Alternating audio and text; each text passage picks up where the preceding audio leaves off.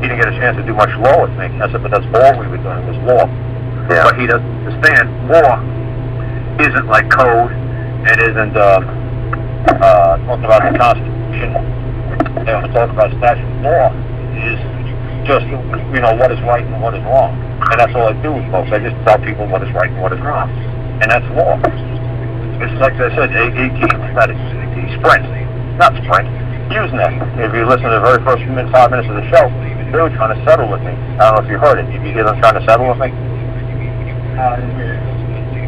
Yeah, they tried to settle with me because they said, well, corporate policy says we could only reimburse you 2 months. And I said, you know, ma'am, and I know, man, it's been almost a year and a half. So they said, well, we can't do more than 15 because that's our policy. The only problem is the lady came back 30 minutes later and said, okay, we'll give you 4 months. Then I said to the lady, well, the only problem is I'm going to get the installation company to testify in court that they were here back in July of 2012. So that's like 14, 15 months. And then she came back on and said, okay, we'll reimburse you 12 months. So if anybody knows law, like I've been spinning and talking about for almost a freaking year now, anytime you modify, you're admitting guilt. So if she said the old corporate policy says it's 2 months, it's 2 months, and she has to stand on that until the day she dies. Then all of a sudden she came back with another offer of 4 months. She had to stand on a 2-month offer, so that obviously proved that the 2-month offer was fraud, was a lie. Because then she said 4 months. Then she came back 20 minutes later and said, well, we'll give you 12 months, which was $960 back they'll pay me. And right there, that shows 3 times that she committed fraud. So, right there, man, that's horrible. When you tell people all you believe that you're liable for is 2 months, that's it. 2 months. You come back and say, okay, well, maybe we'll give you 4 months. Okay, maybe we'll give you 12 months. That proves my case beyond a shadow of a doubt, the whole entire world. Because she modified the claim. Hey, Karl, I heard her change her mind twice. Yeah, you can't do that. You can do that if you're lawyers. You can do that if you're settlement negotiators. That's what almost every single attorney is. Like when you have a tort claim. Tort claim attorneys, what they basically do is they try to settle, like my sister, 1.2 million, they negotiate settlements. When we went to talk to the big, huge law firm down here in Virginia, it's like the biggest freaking firm down here. They got like this big Greek Coliseum-looking building with all this leather fancy furniture. And when I started talking to them, they said to my sister, said, honestly, my sister's name's Garner, Miss Garner, we can't keep up with your brother. And I said to her, I said, tell her why you can't keep up with me. And they said, we don't do law, we don't practice law. So the attorneys and the lawyers flat out said, we don't practice law, we don't do law.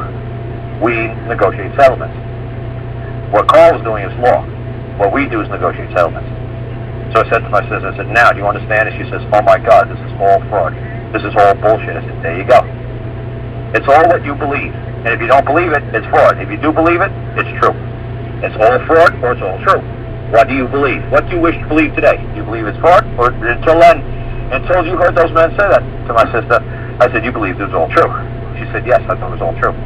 I said, now you see it's bullshit, it's all fraud. She said, yes, it's all fraud. There you go. That's your new truism. That's your new belief. There you go. You woke up. Now you see something else. There you go. It's a learning process. There's nothing wrong with it. There's nothing wrong thinking at one time you believed in Santa Claus or legalese. There's nothing wrong with that. And then you wake up and say, oh my God, this is all bullshit. Yay! Thank you. Another one woke up.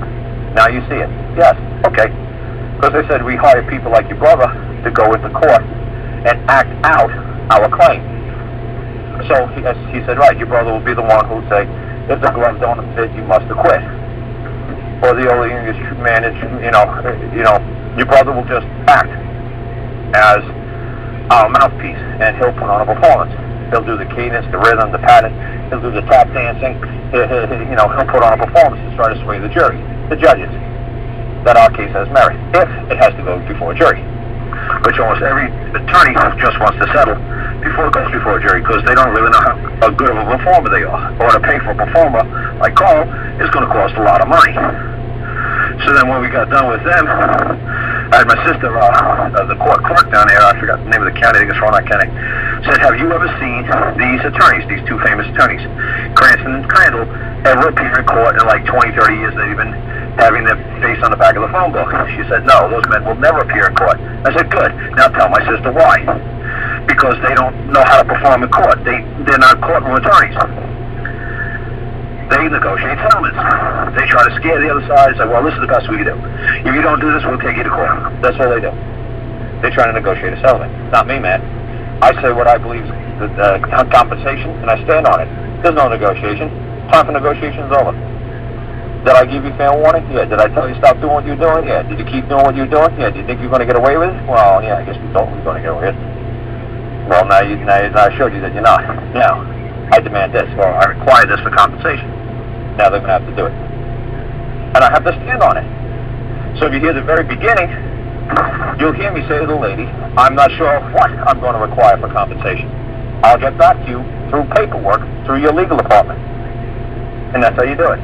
Because once you say something, once you utter something, once you produce something, and only man can utter and only man can produce, through the fruits of his labor, you're liable for it. You got to stand by it.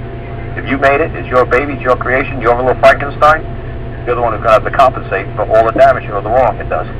But then you get all the glory for all the good it does. So what do you wish to do? Better be careful before you create something, before you utter something, because then you're bound to it. So, like I said, that's why I'm Lentz. Right. That's why you always say this particular speech. Yep. Yep. So now,